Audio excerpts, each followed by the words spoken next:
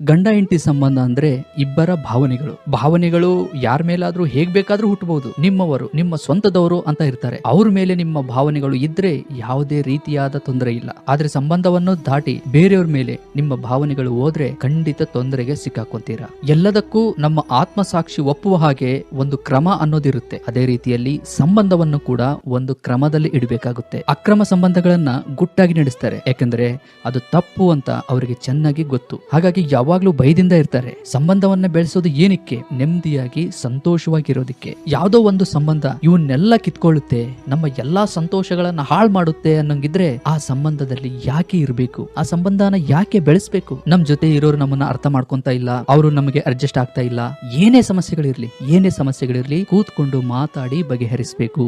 ಸಮಸ್ಯೆಗಳೇ ಇಲ್ಲದ ಸಂಬಂಧಗಳೇ ಇಲ್ಲ. ನೋಡಿ, ಕೆಲವೊಂದು ಆಸೆಗಳು ತುಂಬಾ ಚಂದ ಕಾಣಿಸ್ತವೆ. ನಾನು ಅವ್ರ ಜೊತೆ ಇರಬೇಕು, ಅವ್ರ ಜೊತೆ ಮಾತಾಡ್ಬೇಕು, ಹಾಗಾದ್ರೆ ನಾನು ಚೆನ್ನಾಗಿರ್ತೀನಿ. ಈ ರೀತಿಯಾದ ಕೆಲವೊಂದು ಯೋಚನೆಗಳು ತುಂಬಾ ಚಂದ ಕಾಣಿಸ್ತವೆ, ಆದ್ರೆ ವಾಸ್ತವದಲ್ಲಿ ಇವು ದಾರಿ ತಪ್ಪಿಸ್ತವೆ. ನೋಡಿ, ಸಂಬಂಧ ಅಂದ್ರೆ ದೋಣಿ ಇದ್ದಂಗೆ. ದೋಣಿ ಚೆನ್ನಾಗಿದ್ರೆ ಪ್ರಯಾಣ ಆರಾಮಾಗಿರುತ್ತೆ. ದೋಣಿ ಸರಿ ಇಲ್ಲ ಅಂತಂದ್ರೆ ನಮಗೆ ಆಪತ್ತು ತಪ್ಪಿದ್ದಲ್ಲ, ಭಯ, ಆತಂಕ, ದುಃಖ ಇವೆಲ್ಲವೂ ತಪ್ಪಿದ್ದಲ್ಲ.